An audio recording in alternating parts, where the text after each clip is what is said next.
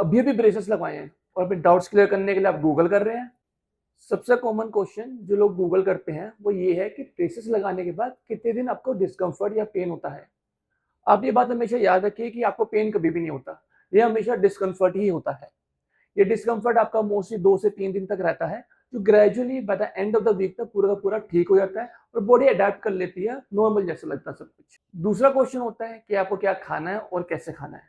मैं अपने सारे पेशेंट को एडवाइस करता हूँ, आप जो भी खा रहे हैं उसे छोटा और सॉफ्ट करके खाइए। जो आप कर सकते हैं वो आप खाइए, जो आप नहीं कर सकते वो आप नहीं खाइए। इसका मतलब ये है जो हार्ड फूड आप छोटा कर सकते हैं जैसे कि चाकू से काट के या स्मॉल बाइट करके वो आप खाइए। जो नहीं कर सकते उसे आप मत खाइए, जैसे कि आपका हो गया पॉपकॉर्न हो गया या फिर गज्जक हो गया, वो आपको नहीं खाना। आपको ये ध्यान रखना है कि आपको जो भी खाना है वो छोटा और सॉफ्ट होना चाहिए। अगर आप हार्ड खाएंगे तो आपके ब्रेसेस निकलने के चांसेस बहुत ज़्यादा होते हैं। तीसरा डाउट जो पेशेंट में से पूछते हैं वो है कि उनके चीक और लिप्स पे ब्रैकेट हर्ट कर रहे हैं।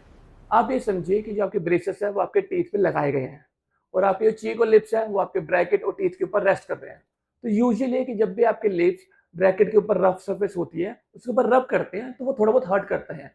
उसके लिए आप क्या कर सकते हैं कि आप एक ऑर्थोडोंटिक वैक्स ले सकते हैं, उसे आप ब्रैकेट पे लगाइए। उससे क्या होगा कि ब्रैकेट के ऊपर स्मूथ सरफेस हो जाएगी और आपको पेन बिल्कुल भी नहीं होगा।